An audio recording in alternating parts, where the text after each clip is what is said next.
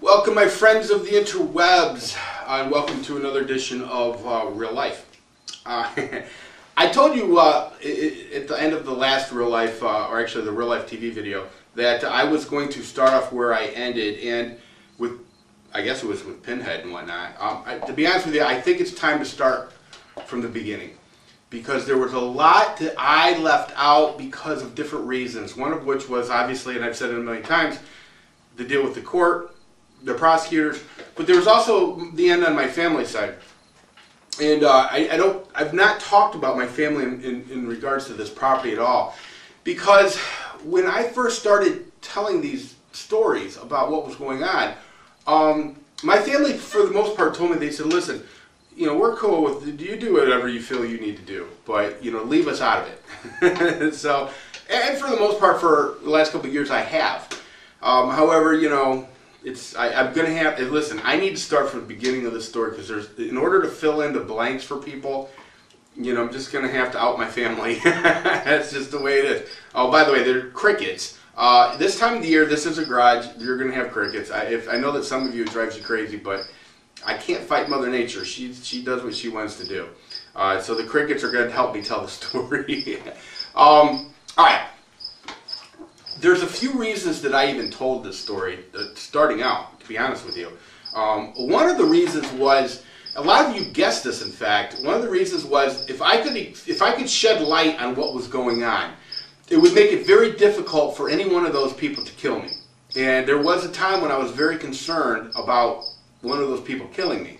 And what I wanted to do was to make sure that everybody knew who had a motive. So, and I always hoped too that if something did happen to me, I always hoped that one of my subscribers, and I have some great subscribers, I always hoped that one of them would fight for justice on my behalf. And so I tried to give you the tools. I tried to let you know who the players were and what was what. So luckily, so far, that hasn't had to happen. But that was part of it. Another part of it was therapy, because for me, it was a very stressful time in my life. I mean, I had a big chunk of my personal assets tied up into this project. And early on, when Super Trooper and Frito and them were trying to prevent me from getting that timber, that would have bankrupted me. That would have been a very, very, very big deal for me. And yeah, I was stressed. And so doing these real life videos was almost a way of therapy, communicating with you all about what was going on. It really was, and it was a lot of help. I mean, it really was, in my mind at least. And the other reasons, really three reasons, to be honest with you. One is to shed light on the cockroaches in hopes that they wouldn't make a move. The other one was as therapy.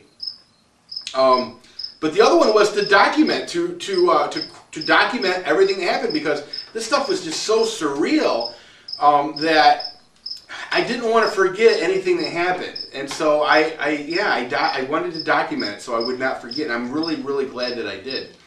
It worked out really great.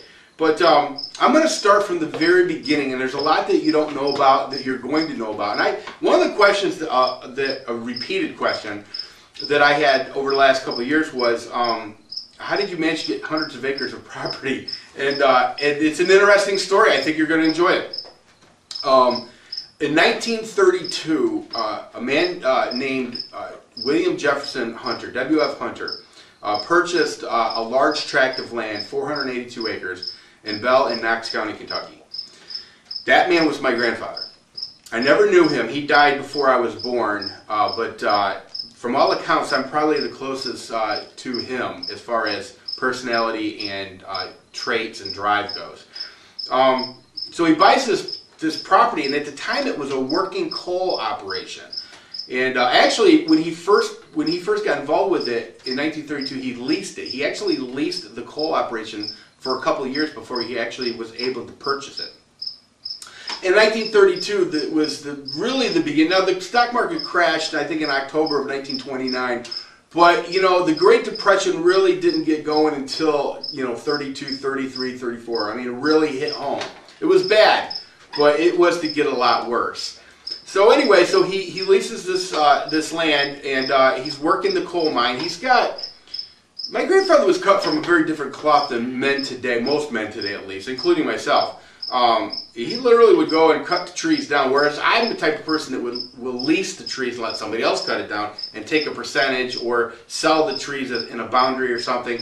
My grandfather would never have done that. He would have got some mules and he would have went out there and cut those trees down, and he would have got them to market and he would have sold them.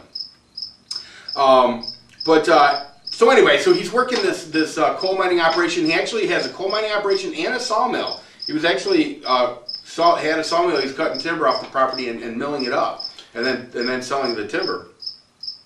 And then eventually he got enough money together where he wanted to actually purchase the property. And I think it was kind of a lease to buy type of option that he had. I'm not positive about that, but it seemed like that's what was going on. So anyway, he buys the property, but he realizes that he really needs to come in with some serious cash to upgrade the operation and make it a real coal mining interest. Well, the banks back then nobody was loaning money. I mean, you couldn't get a loan at a bank. If you wanted to raise capital, you basically had to know somebody. So my grandfather approached this man who was fairly well off, and he was a pharmacist. His name was James Crowley. And he said to James Crowley, he said, listen, I've got a really choice piece of land. It's got a lot of coal on it, and I'd really like you to become a partner. If you bring in X amount of dollars so we can get this coal mine operation up and running, I will give you 1/2 undivided interest in the property. And James Crowley said, yeah, it sounds like a great investment. And my grandfather was a smart man, and James Crowley knew that. In fact, at one point, my grandfather had been a state congressman and a teacher before that. So, yeah, I think James Crowley knew my grandfather had it together. But unfortunately, the powers that were the things that were going on right now, I don't know that anybody had a grasp on what was to happen as far as this Great Depression and the implications it would have on everybody's lives, So, long story short, well, I don't know how short it is, but they couldn't. The price of coal just kept sinking like a stone, and they just couldn't. They couldn't make it work, and eventually they shut down the coal operation, and yeah, it was what it was. But James Crowley still owned 1/2 interest in that property, and the Hunters and the Crowleys at some point had some kind of a falling out because nobody got along.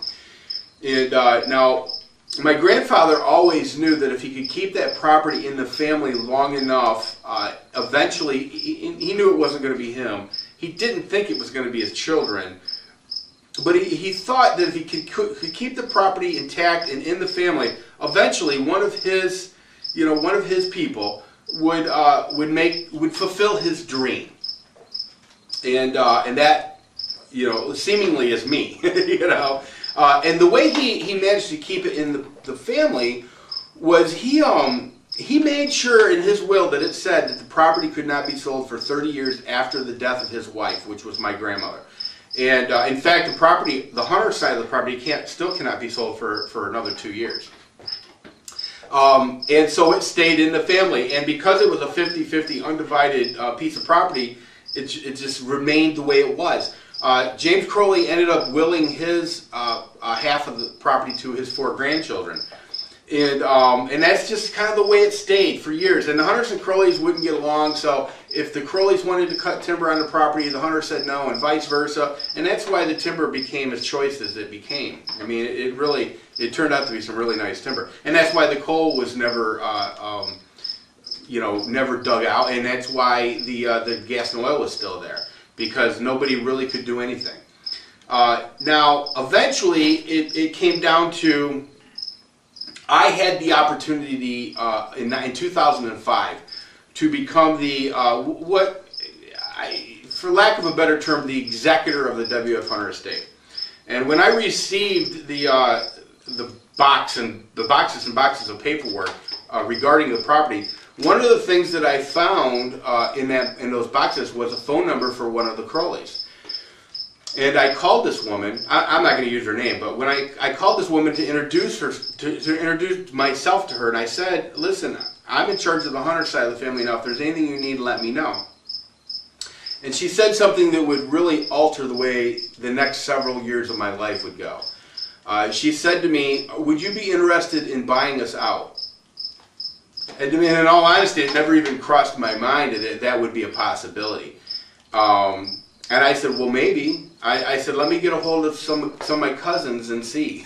You know, I was really thrown by that. And she said, well, just get back with me. You've got my phone number. I said, okay. And I called every cousin, every first